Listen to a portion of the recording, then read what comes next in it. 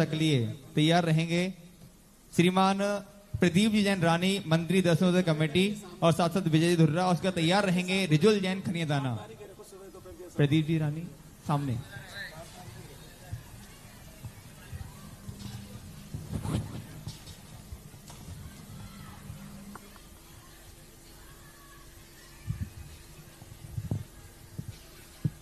मेरे आराध्य गुरुदेव के चरणों में दर्शनोदय कमेटी की ओर से नमोस्तु नमोस्तु। बन्नी जी छुल्लक जी के चरणों में इच्छामी, समस्त एलक महाराज को इच्छामी। हे भगवान, 84 में एक मौसम चल रहा है पंचकल्याणक का, तो मेरा प्रश्न भी इसी से संबंधित है। भगवान, पंचकल्याणक में जिनको पद मिलते हैं सौधर्मेंद्र कुबेर आदि, या तो भगवान ये मेरी जिज्ञासा है, पूर्व में इतना पुण्य करके आए हैं उसके फलस्वरूप पद मिलते हैं, या वर्तमान में इतना पुरुषार्थ और कर्म करते हैं इसके फलस्वरूप पद प्राप्त होते हैं? और शहर के अशोकनगर के सौधर्मेंद्र में और गोलाकोट के सौधर्मेंद्र में पुण्य का कितना अंतर होता है? भगवान, आज मैंने दर्शनोदय पर शांति धारा की, आपकी अनुपस्थिति में पूरी कमेटी बिल्कुल निस्सहाय सी लग रही थी। वो ही आदिनाथ भगवान थे, वो ही शांति धारा थी, लेकिन गुरुदेव पढ़ने वाला बदल गया, उतने में हम पूरी कमेटी निराश थी। ऐसा क्या होता है? गुरुमुख से होने वाली शांति धारा का क्या प्रभाव पड़ता है कि श्रावक अपना सर्व कुछ समर्पण कर देता है? आज भी गोलाकोट में 2 लाख की शांति धारा का ही बंबई वालों का गुरुमुख से होगी 11 लाख कर दो, उनने स्वतः ही कर दिया। भगवान, ऐसा आपके मुख से क्या होता है कि श्रावक अपने सर्व कुछ समर्पण शांति धारा में कर देता है? भगवान, जिज्ञासा का समाधान करें। नमो जी। कोई भी कार्य होता है वर्तमान के पुरुषार्थ से ही नहीं होता है। आप व्यापार करते हो तो पहले तो उसमें पूंजी लगाना है, पूंजी लगाने से ही काम नहीं होगा। वर्तमान भी मेहनत चाहिए, जन्म जन्म का पुण्य संचय होता है, तब व्यक्ति पंच कल्याण के पात्र करने वाले कुल में, जाति में, क्षेत्र में समृद्ध आदमी के यहाँ जन्म लेता है। पूर्व भाव का यदि पुण्य लेके आया है तभी वो व्यक्ति ऐसे कुल में जन्म लेगा जहाँ बोली लेने की योग्यता होगी। फिर वर्तमान में जो उसके परिणाम जागते हैं, दोनों जब मिल जाते हैं तब ये कार्य होता है। जन्म जन्म का पुण्य संचय होता है, तब ऐसे जीवों के भाव होते हैं कि हमारे यहाँ पंच कल्याणक हो। और 84 का जो पंचकणक है, ये तो एक ऐतिहासिक, एक इतनी बड़ी हो रहा है कि ये मात भगवान का ही पंचकणक नहीं हो रहा है, पूरे 84 का कल्याण हो रहा है। और 84 के ही कल्याण नहीं हो रहा है, पूरे भारत का कल्याण हो रहा है। और सबसे बड़ा योगदान जो है इसमें राजधानी का, दिल्ली, जो जिस कारण से दिल्ली के लोग, दिल्ली के कार्यकर्ता, इन लोगों का जो समर्पण आज मंदिर के अंदर देख करके ऐसा भाव आया कि अकृत्रिम चैत्यालय क्या इससे भी अच्छे होते होंगे? अपन तो यही कहेंगे, इससे अच्छी दुनिया में कोई चीज हो ही नहीं सकती। तो ये लगन और मेहनत से तो तेज पंचकल्याणक जो गोलाकोट का तीर्थोदय क्षेत्र का हो रहा है, इसके लिए तो ना जाने कितने जन्मों का पुण्य होगा, कितने जन्मों का पुण्य होगा कि उसके लिए यहाँ सौधर्मेंद्र कुबेर, माता पिता, यज्ञ नायक आदि बनने का योग बनेगा। बहुत पुण्य होगा। सामान्य लोगों के तो यहाँ गिनती नहीं, पुण्य साथी से पुण्य चाहिए। किसी तीर्थ क्षेत्र की स्थापना और उसमें प्राचीन क्षेत्र का उद्धार हो, तो मैंने कहा ना, अशोकनगर और खनियाधाना जैसे 8 पंच कल्याणकों के सौधर्मेंद्र बन जाना और तीर्थोदय क्षेत्र का एक बार बन जाना, वो 8 से भी अधिक हो। चाहे वो अशोकनगर का पंचकणक हो, चाहे खनियाधाना का हो, इन पंचकणकों में 8 बार बनना पड़ेगा। जितनी जितनी राशि से बने हो, उतनी उतनी राशि से 8 बार बनो, तब कहीं जाकर के उतने पुण्य की भी बराबरी नहीं कर पाओगे जो तीर्थोदय क्षेत्र या तीर्थों के पंच कल्याणकों में इंद्र बनने का जो रूप रहता है, क्योंकि यहाँ जो प्रतिष्ठा होती है उसका सारा जगत लाभ लेता है। कंपनी होती ना आपकी शेयर कंपनी, तो उसमें यही लग रहा है इसके कितने शेयर का इन्वेस्ट हुआ। आपने एक गांव का मंदिर बनाया, उस गांव के मंदिर से कितनों को लाभ हुआ, कितने लोग दर्शन करेंगे। और एक तीर्थ का जो आपने बनाया, आज देख लीजिए, आज हजारों हजारों की जनता यहाँ आई। क्या यह जनता शहर में आती? क्या शहर में यह जनता आती? नहीं आती। क्या शहर के मंदिर करने के लिए जा रहे हैं? आज के दिन कोई जैन मंदिर बड़े बड़े शहरों में है, वहां कोई 1 जनवरी मनाने नहीं गया। सारे लोग तीर्थ क्षेत्रों पर जाकर के 1 जनवरी मना रहे हैं। ये तीर्थ का महिमा। अब यही मंदिर आपने यदि गांव में बनाया होता तो वो गांव वाले दर्शन कर लेते बस, लेकिन यही मंदिर आपने तीर्थ में बनाया। आपके द्वारा प्रतिष्ठित की हुई मंदिर, आप जिनके माता पिता बनेंगे भगवान के, सौधर्मंद कुबेर आदि बनेंगे, वह मंदिर ऐसी कितनी जनवरियां, कितने भारत के लोगों को दर्शन देगा। यानी जितने भारत में लोग हैं और जब तक ये मंदिर है उतना पुण्य उसको इन कार्यक्रमों में भागीदारी होगी। सभी कंपनियों के शेयर एक समान नहीं होते, कंपनी का एक स्टैंडर्ड मेंटेन होता है। इसी प्रकार सभी पंचगणों के सौदामंद बनने से एक समान ही पुण्य लगता है, ऐसा नहीं। मूर्तियां बैठाने से एक समान ही पुण्य लगता है, ऐसा बात नहीं। मंदिर बनाने से एक समान ही पुण्य लगता है, ऐसे बात नहीं। दर्शन करने से सभी मूर्तियों के एक समान ही पुण्य मिलता है, ऐसी बात नहीं। गंधोदक है, सभी भगवानों का गंधोदक एक समान होता है, सो भी बात नहीं है। कुछ बात जिनसेन स्वामी महाराज ने गंधोदक की जब चर्चा की तो भरत चक्रवर्ती से शब्द ने कहा, तीर्थ क्षेत्र का जाके गंधोदक लाओ।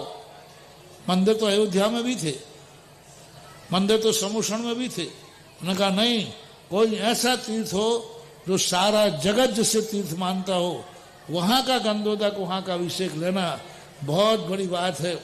और आज देखो अभिषेक और शांति धारा का प्रभाव, एक एक नहीं, आज 3-3 शांति धारा हुई हैं 1100 कलश में, और 2, 2.5, 5 की तो गिनती नहीं है अभी। ये सब क्या है? ये सब तीर्थ का। अब रही बात महाराज की, तो थोड़ा बहुत तो अंश तो होता ही, क्योंकि वही मंत्र तुम पढ़ते हो। अब जो कोई मूर्तियां होती हैं, कई लोग कहते हैं महाराज इस मूर्ति का दर्शन कर लो, तो मैं कहता हूं इसमें सूर्य मंत्र किसने दिया? गृहस्थों ने, असंयमी ने। उस पर देने वाले मूर्तियां प्रतिष्ठा को प्राप्त नहीं होती, वो तो स्टेचू मात्र कहलाते हैं, वंदनीय नहीं है, दर्शनीय है। मूर्ति प्रतिष्ठित वही होती है, वही सूर्य मंत्र ग्रस्त पड़ता है तो मूर्ति प्रतिष्ठित नहीं होती। और वही सूर्य मंत्र मुनि महाराज के मुख से निकल जाए तो पाषाण भी भगवान बन जाते हैं। इसलिए कई बार हमारे पास महाराज यहाँ मंदिर में दर्शन कर लीजिए। कैसे करूं दर्शन? सूर्य मंत्र नहीं, क्या पत्थर को नमस्कार करूं? क्या मूर्ति को नमस्कार करूं? उसकी प्रतिष्ठा ही नहीं हुई है, प्रतिष्ठा ही नहीं की गई। पहले भट्टारक लोग करते थे तो वे दिगंबर मुनि मुद्रा प्राप्त करके करते थे, उनके पास पिछी होती थी। फिर कई लोग कहते महाराज हम नग्न होकर के दे दें। नहीं, नग्न सूर्य मंत्र नहीं दे सकता। भट्टारक आजीवन ग्रह त्यागी होते थे, आजीवन ग्रह त्यागी होते थे। और जब वो कपड़ा बंद करके और वस्त्र उतार करके उनके हाथ में पिछी होती थी, मुनि मुद्रा होती थी। मुनि हो या मुनि मुद्रा हो, महाराज उस समय हम थोड़ी देर के लिए पिछी लेना नहीं, आजीवन जिन्होंने पिछी ली है, भट्टारकों ने पूरे जीवन भर पिछी ली है, ग्रह का त्याग किया है, फिर भी दिगंबर होकर के सूर्य मंत्र देते थे, वो भी आपातकाल में। कब? जब आपातकाल थी। आपातकाल में कुछ मर्यादाओं का उल्लंघन होता है। आज तुम जहां जगह जगह मुनिराज घूम रहे हैं, जहां जहां जो मुनिराज विराज रहे हैं, जगह जगह मुनिराज हैं, फिर भी आप पंडितों से सूर्य मंत्र ला रहे हो, फिर भी कृष्ण सूर्य मंत्र दे रहा है। सारे जगत में आज मुनिराज भाग्य देखो, हर प्रांत में प्राय मुनिराजों की उपलब्धि है। नहीं है तो बिहार करके ले जा सकते हो। 100 योजन तक भी मुनिराज हों तो उनको बुला करके प्रतिष्ठा कराना चाहिए। और अब वो कहते महाराज आप दर्शन को चलो। मैं कैसे दर्शन करूं? ज्ञान नहीं होता तो कर लेता। अब बहुत जबर कहते महाराज मूर्ति तो है, आकार तो है ही। आकार से मतलब नहीं, हमें प्रतिष्ठा से मतलब है। आकार तो शिल्पी के पास मूर्ति थी तब भी आकार था, जब प्रतिष्ठित नहीं होती ना तब भी आकार है, तो पूजनी नहीं है। कई स्थानों पे हमें ले जाने की बात करते, महाराज जी आप चलिए दर्शन कर। किसके दर्शन करूं? पत्थरा के? भगवान के दर्शन करता हूं। और यदि सूर्य मन महाराज से नहीं दिलाया, आप दिलवा दीजिए, हम कल से फिर दर्शन शुरू कर देंगे। कई स्थानों पर हुआ, बोले महाराज जी अब हम क्या करें, मंदिर तो बन गया। अब उस समय हमारे पूर्वज थे, उनने सूर्य मंदिर पंडितों से दिलवा दिया मुनि महाराज। तो हमने कोई बात नहीं, गलती होती रहती है, हो गई भूल, अब सुधार कर लीजिए। उन मूर्तियों को पुनः मुनिराज से सूर्य मंदिर ला करके प्रतिष्ठित करा दीजिए। मैं तुम्हारे बिना बुलाए जाकर के दर्शन करने जाऊंगा, साष्टांग नमोस्तु करूंगा। यदि नहीं है तो फिर ये तो मस्तक पर झुकने वाला पत्थर को तो नहीं झुकेगा। मैं बिना बुलाए नमोस्तु करने जाऊंगा। पहले बता दी इस मूर्ति में सूर्य मंत्र किसने दिया। और सूर्य मंत्र देने के बाद लोग आजकल बोले महाराज जी नहीं जाते, हमारे मंदिर में नहीं आ रहे। ये तो बोल रहे हो, क्यों नहीं आए ये तो बताओ। वहां मूर्ति है ही नहीं भगवान की, प्रतिष्ठित ही नहीं है, उनमें सूर्य मंत्र ही नहीं दिया गया। मुनिराज के काय की प्रतिष्ठा है, काय की पूजनी है, काय की वंदनी है? वो तो महत स्टेचो माने जाते हैं। ऐसा कई बार स्थिति में होता है और बात बड़ी विचित्र है। एक कई मंदिरों में कराया, कम से कम 10-20 मंदिरों में लोगों ने, पंचायत ने आके कहा, समाज ने आके कहा, उनकी प्रतिष्ठा हो जाएगी, कराना चाहिए। हो गई गलती, हो गई, कोई बात नहीं, अब सुधार लीजिए और समाज में एका लाइए। समाज एक श्रमण संस्कृति समाज है, दिगंबर जैन समाज श्रमण संस्कृति की समाज है। एकता लाने के लिए जिन मंत्रों में सूर्य मंत्र ग्रस्त पंडितों से दिए गए, उनको पुनः मुनिराजों से सूर्य मंत्र ला करके और सच्चे भगवान का शंखनाद और आगाज करना चाहिए। मुनिराजों के मुख से यही तो अंतर होता है, उनके मुख से निकला हुआ सूर्य मंत्र प्रतिष्ठित हो जाता है।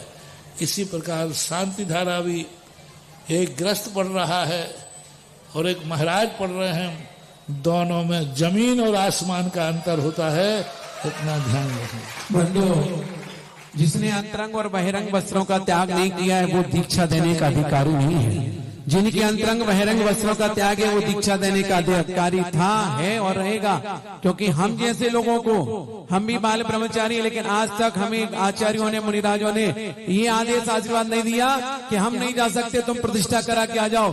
हम प्रतिष्ठा तो करा सकते हैं, लेकिन वेदी प्रतिष्ठा करा सकते हैं, लेकिन सूर्य मंत्र, प्राण प्रतिष्ठा मंत्र, जिन्होंने स्वयं ने तपस्या की है, जिन्होंने अपने जीवन में उन मंत्रों की साधना की है, वही साधित मंत्रों को प्रतिमा के अंदर सूर्य मंत्र प्राण प्रतिष्ठा में दिया जाता है, तभी जाके प्रतिमा में भगवत्ता आती है। इसके पहले तो स्टेच्यू थे, हैं और रहेंगे। और बहुत सारे मंदिरों के भक्त लोग महाराज जी के पास आए और महाराज जी ने वापस उनकी प्रतिष्ठा की। आज देखिए मंदिर का और समाज का विकास दिन दूना रात चौगुना हो गया। लोग कहते हैं कि हम पहले भी पूजा करते थे, लेकिन जब से महाराज जी ने प्रतिष्ठा की है, इसके बाद पूजा में हमें इतना आनंद आता है कि दिन दूना रात चौगुना हमारा समाज का विकास हो जाता है। इसलिए आप सभी को ध्यान रखना चाहिए। और ऐसे संतों, क्योंकि संत की भी बड़ी महिमा होती है, किस संत ने कब किस समय सूर्य मंत्र दिया है उसका भी बहुत बड़ा प्रभाव होता है। गुरुजी